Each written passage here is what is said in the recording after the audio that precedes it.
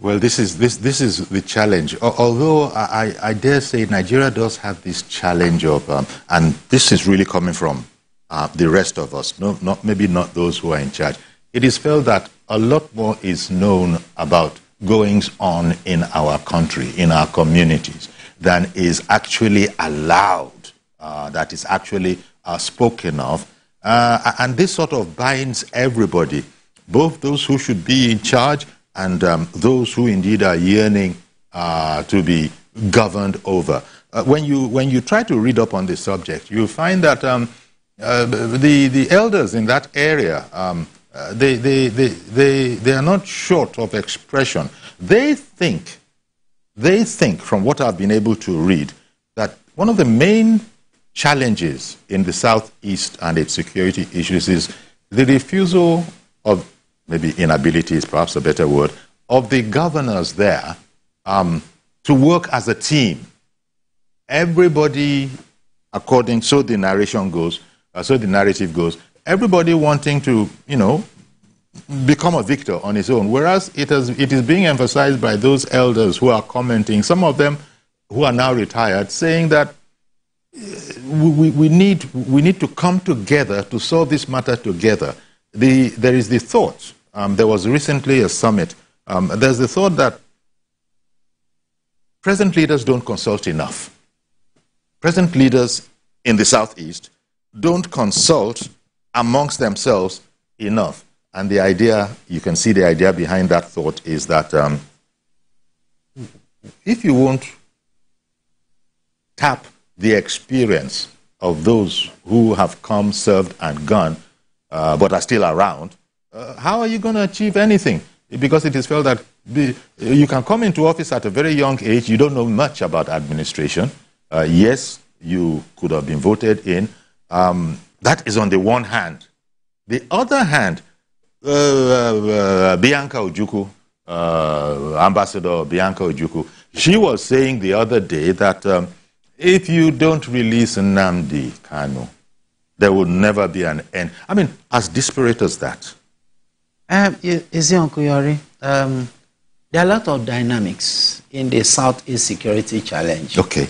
But like we started, there is nothing extraordinarily unique to that vis-a-vis what is happening in the North, except for these differences some of these differences that we have identified. That governors don't work together or in unison in the Southeast is not peculiar to them. It's a national problem. Even in this North that we talk about today, it's not as if the governors are working together, as it were. And don't forget that we are in a society where it is only government agencies that bear arms. And after that, the next people that bear arms are the criminals. The terrorists, the criminals. These are the two people that don't need licenses to bear arms in this country. The government and the terrorists or the criminals.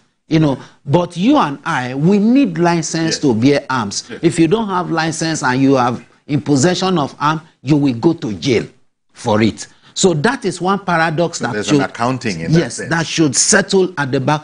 Now for the Southeast, the political part of it is not helping matters. That's just the truth. Politicians are more interested in their political ambition vis-a-vis the security challenge there. And why I said so is that let us even assume, without considering that you have some limitation, especially because even your own paramilitary organizations don't bear arms.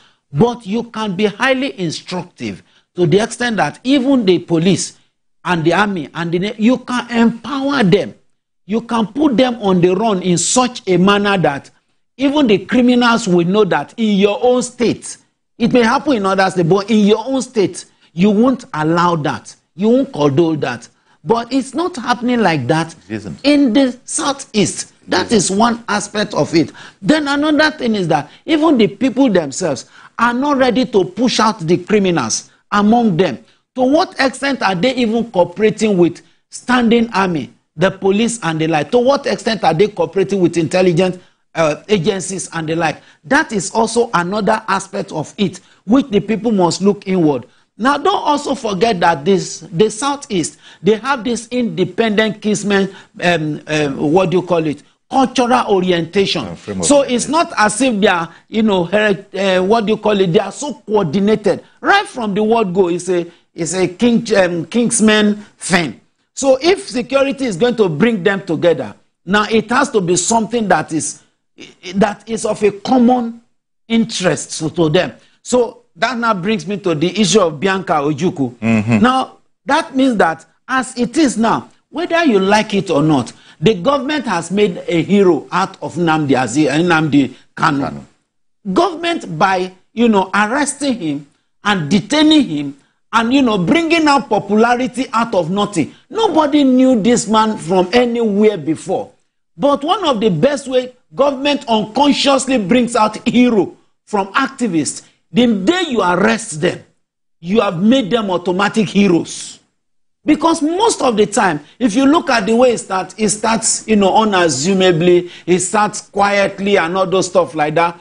These people were not bearing arms initially, if you remember. It was just placard, normal activism and all those stuff like that. IPOB. The IPOBs and all those stuff like that. You know, I was part of the entire one of this, and I said that if government did not handle it properly, these people will re-strategize and reappraise their strategy. And that's what happened today. Today now you are no longer talking of an IPOB of a placard and all those stuff like that. You are now talking of an IPOB that has the capacity and capability to able to you know, confront our military formation.